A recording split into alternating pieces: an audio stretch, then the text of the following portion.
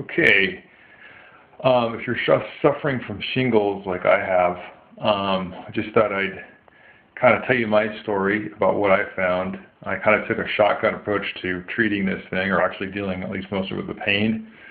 And I figured I'd just go through everything I used and the effectiveness and hope that it helps somebody else. First of all, the basics were getting diagnosed, and then the treatments. I was first given Valtrex, and these are the antiviral medications, but Valtrex, and then acyclovir to the course of that too. So those are just the antiviral treatments. But I guess the bigger thing, I think, for most of us who have this is dealing with the pain. And so I'll go through the different things that I've used and the effectiveness. They gave me initially some Vicodin. I don't like Vicodin, really. I don't like being out of it.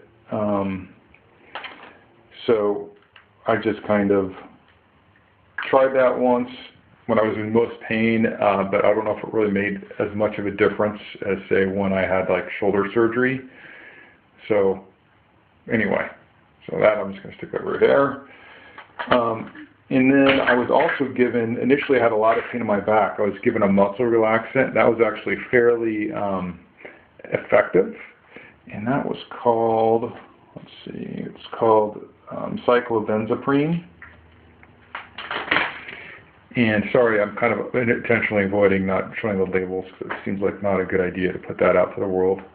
And then something that's pretty interesting is the gabapentin, which I know it's pretty popular. People have used it. I initially tried that. It didn't work. And then I talked to my doctor. And he told me, he says, well, you could take up to X amount max a dose.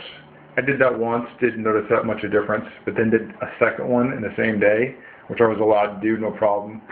And gosh, it took a little while, but within, I'd say a couple hours, I was pretty much toast. I was jello. So it worked in the sense that it totally relaxed me, and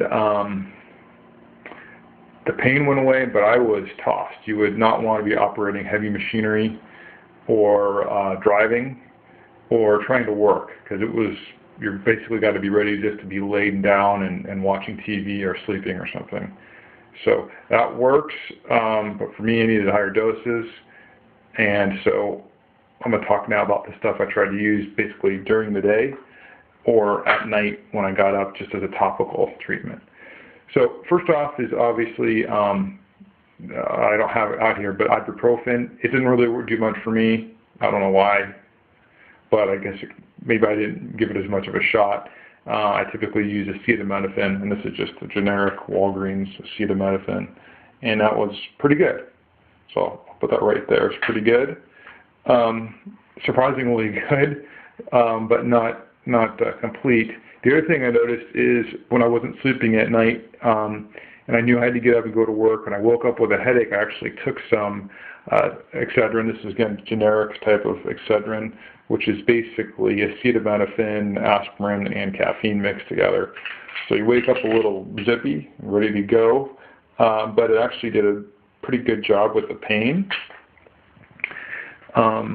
So those are the things that I used. And then working, if I was distracted, it would be okay. I'd still tighten up, and I mean, I was working abbreviated days, especially during the worst of this.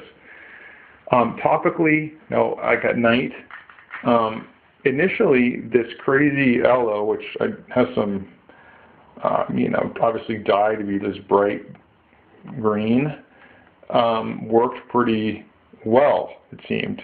And I don't remember exactly the stage of where the rash was, if it was more closed up or not, but it actually worked pretty well.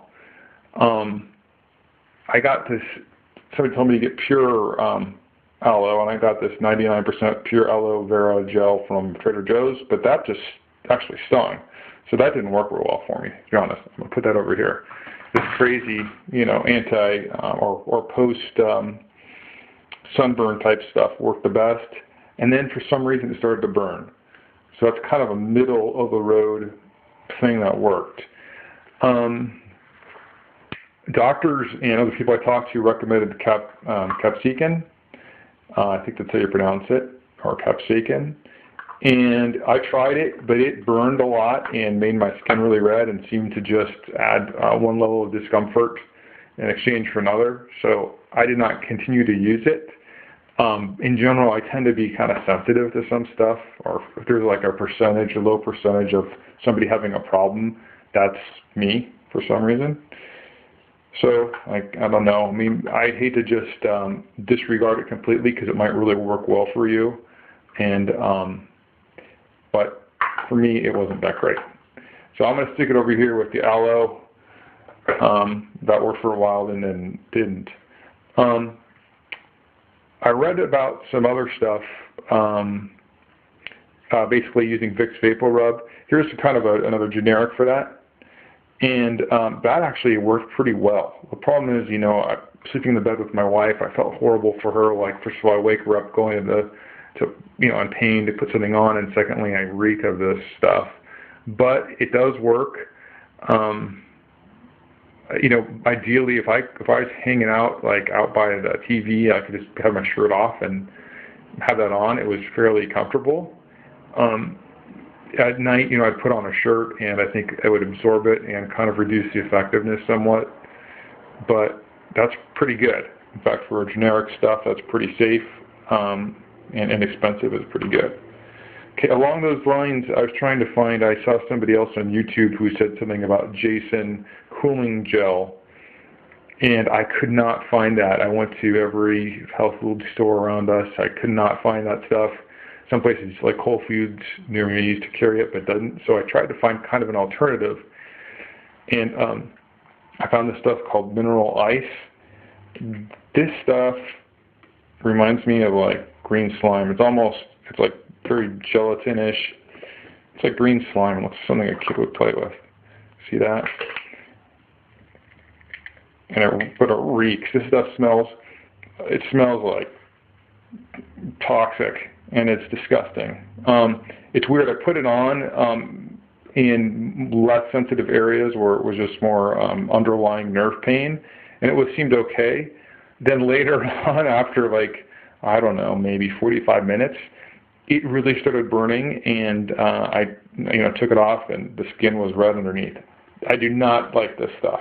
I will not be using this again because it hurt. So anyway, put that over here.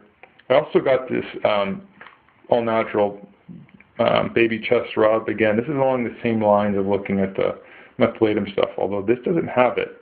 Active ingredients in this are more like, natural ingredients, sunflower oil. I don't know if you can see that. Coconut oil. See if this will focus. Sorry.